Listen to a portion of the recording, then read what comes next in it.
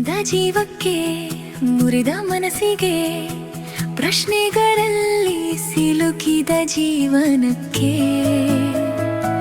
ಬೆಳಕಿಗಾಗಿ ಅಲೆಯುವ ಹೃದಯಕ್ಕೆ ಸತ್ಯವೇದದಿಂದ ಹೃದಯಕ್ಕೆ ಒಂದು ಮಾತು. ಪ್ರಿಯರೇ, ಮತ್ತೊಮ್ಮೆ ಹೃದಯಕ್ಕೊಂದು ಮಾತು ಕಾರ್ಯಕ್ರಮಕ್ಕೆ ಸ್ವಾಗತ. ಇಂದು ನಾವು ಒಂದು ಭಾರವಾಗಿರುವಂಥ ವೇದ ಭಾಗವನ್ನು ನಾವು ನೋಡುತ್ತಿದ್ದೇವೆ.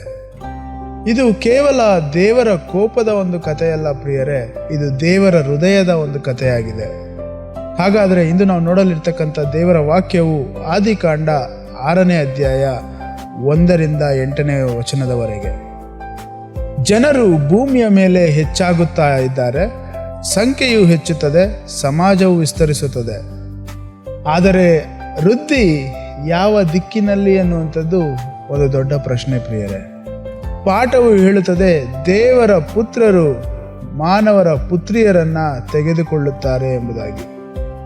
ಈ ವಾಕ್ಯದ ಬಗ್ಗೆ ಹಲವು ವಿವರಣೆಗಳಿವೆ, ಆದರೆ ಒಂದು ವಿಷಯ ಮಾತ್ರ ಸ್ಪಷ್ಟವಾಗಿದೆ ಪ್ರಿಯರೇ, ಸಂಬಂಧಗಳ ಗಡಿಗಳು ಕುಸಿಯುತ್ತಿವೆ. ಶಕ್ತಿ, ಆಸೆ ಮತ್ತು ಸ್ವಾರ್ಥ ಆಧಾರಿತ ಆಯ್ಕೆಗಳು ನಡೆಯುತ್ತಿವೆ. ಇದು ಕೇವಲ ವೈಯಕ್ತಿಕ ತಪ್ಪಲ್ಲ ಪ್ರಿಯರೇ, ಇದು ಸಾಮಾಜಿಕ ಮಾದರಿಯಾಗಿ ಮಾರ್ಪಾಟಾಗಿದೆ. ಭೂಮಿ ಜನರಿಂದ ತುಂಬುತ್ತಿದೆ, ಆದರೆ ನೈತಿಕತೆಯಿಂದ ಖಾಲಿಯಾಗುತ್ತಾ ಇದೆ. ಮತ್ತೆ ನಾವು ಗಮನಿಸುವಾಗ ಪಾಠವು ತೀವ್ರ ಭಾಷೆಯನ್ನು ಬಳಸುತ್ತದೆ ಪ್ರಿಯರೇ. ಮಾನವನ ದುಷ್ಟತೆ ಬಹಳ ಹೆಚ್ಚಾಯಿತು, ಅವನ ಮನಸ್ಸಿನ ಎಲ್ಲಾ ಯೋಚನೆಗಳು ಸದಾ ಕೆಟ್ಟದೆ. ಎಷ್ಟು ಕಠಿಣವಾಗಿರುವಂಥ ಮಾತು, ಎಷ್ಟು ಗಂಭೀರವಾಗಿರುವಂಥ ಮಾತು ದೇವರ ಬಾಯಿನಿಂದ ಬರುತ್ತಾ ಇದೆ ಪ್ರಿಯರೇ. ಗಮನಿಸಿ ಪ್ರಿಯರೇ, ಸಮಸ್ಯೆ ಕೇವಲ ಹೊರಗಿನ ಕ್ರಿಯೆ ಅಲ್ಲ, ಅದು ಒಳಗಿನ ಯೋಚನೆಯಾಗಿದೆ. ಸಮಾಜ ಕುಸಿಯುವ ಮೊದಲು ಹೃದಯ ಕುಸಿಯುತ್ತಾ ಇದೆ ಎನ್ನುವಂಥದ್ದನ್ನು ನಾವು ಗಮನಿಸಬಹುದು. ಪಾಪ ಈಗ ಅಪವಾದವಲ್ಲ ಪ್ರಿಯರೇ, ಸಾಮಾನ್ಯವಾಗ್ಬಿಟ್ಟಿದೆ. ಮತ್ತು ಆ ಗಂಭೀರ ವಾಕ್ಯ ಬರುತ್ತದೆ, ದೇವರು ಮಾನವನನ್ನು ಸೃಷ್ಟಿಸಿದ್ದಕ್ಕಾಗಿ ದುಃಖಪಟ್ಟರು ಎಂಬುದಾಗಿ.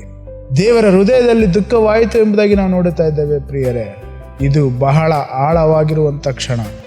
ದೇವರು ನಿರ್ಲಕ್ಷ್ಯವಂತವರಲ್ಲ, ಪಾಪ ದೇವರಿಗೆ ಅಪ್ರಸ್ತುತವಲ್ಲ, ಆದರೆ ಮಾನವನ ದುಷ್ಟತೆ ದೇವರ ಹೃದಯವನ್ನ ನೋಯಿಸುತ್ತದೆ. ದೇವರು ಕೇವಲ ನ್ಯಾಯಾಧೀಶನಲ್ಲ ಪ್ರಿಯರೇ, ದೇವರು ದುಃಖ ಪಡುವಂತ ಸೃಷ್ಟಿಕರ್ತರು ಸಹ ಆಗಿದ್ದಾರೆ. ಇಲ್ಲಿ ನಾವು ದೇವರ ಭಾವನಾತ್ಮಕ ತೀವ್ರತೆಯನ್ನು ನೋಡಬಹುದು. ಆನಂತರ ತೀರ್ಪು ಘೋಷಿಸಲಾಗುತ್ತದೆ, ಮಾನವನನ್ನು ಅಳಿಸುವೆನು ಎಂಬುದಾಗಿ. ಇದು ತಕ್ಷಣದ ಕೋಪ ಅಲ್ಲ ಪ್ರಿಯರೇ, ಇದು ದೀರ್ಘಕಾಲದ ಭ್ರಷ್ಟತೆಗೆ ನ್ಯಾಯಯುತ ಪ್ರತಿಕ್ರಿಯೆಯಾಗಿದೆ. ಪಾಪ ಸಮಾಜದ ಮಟ್ಟಕ್ಕೆ ಹರಡಿರುವಾಗ ನ್ಯಾಯ ಅನಿವಾರ್ಯವಾಗುತ್ತದೆ. ಆದರೆ ಇಲ್ಲಿ ಒಂದು ಪದ ಬರುತ್ತದೆ, ಒಂದು ಚಿಕ್ಕ ಪದ.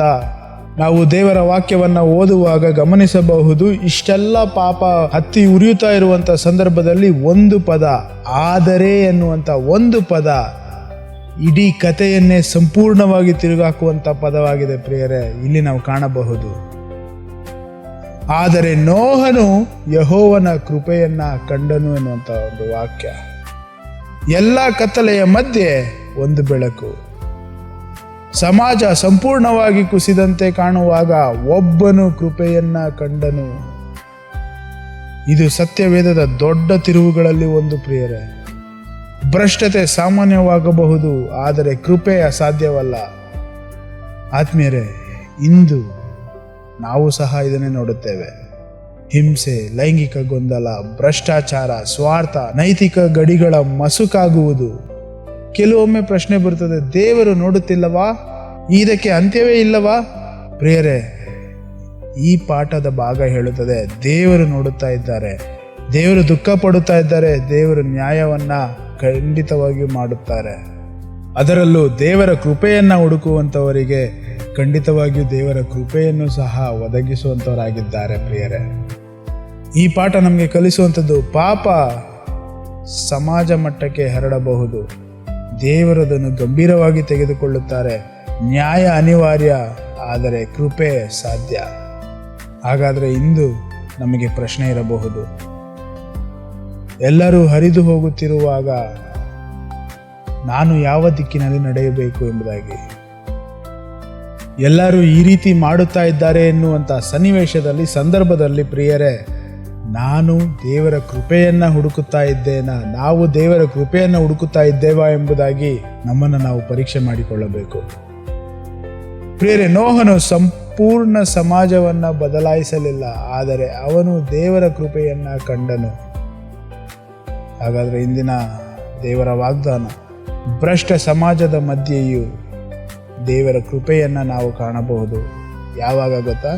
ದೇವರ ಒಂದು ಆಜ್ಞೆಯನ್ನು ಕೈಗೊಳ್ಳುವಾಗ, ಸಾಮಾನ್ಯವಾದಂಥ ಪಾಪವನ್ನು ನ್ಯಾಯವೆಂದು ಕರೆಯದೆ ದೇವರ ಮುಂದೆ ಸರಿಯಾಗಿ ನಡೆಯೋಣ, ಕೃಪೆಯನ್ನು ಹುಡುಕೋಣ ಪ್ರಿಯರೇ. ಹಾಗಾದರೆ ಇಂದು ಇದನ್ನು ನೆನಪಿಟ್ಟುಕೊಳ್ಳೋಣ. ಭೂಮಿ ದುಷ್ಟತೆಯಿಂದ ತುಂಬಿದಾಗ ಒಬ್ಬನು ಕೃಪೆಯನ್ನು ಕಂಡನು. ಇಂದು ನಾವು ಯಾವ ಕಡೆ ನಿಂತಿದ್ದೇವೆ? ಮುಂದಿನ ಸಂಚಿಕೆಯಲ್ಲಿ ಭೇಟಿಯಾಗೋಣ. ಅಲ್ಲಿಯವರೆಗೆ ದೇವರ ಕೃಪೆಯನ್ನು ಹುಡುಕುವಂಥ ಹೃದಯ ನಮ್ಮದಾಗಿರಲಿ. ಆಮೇನ್.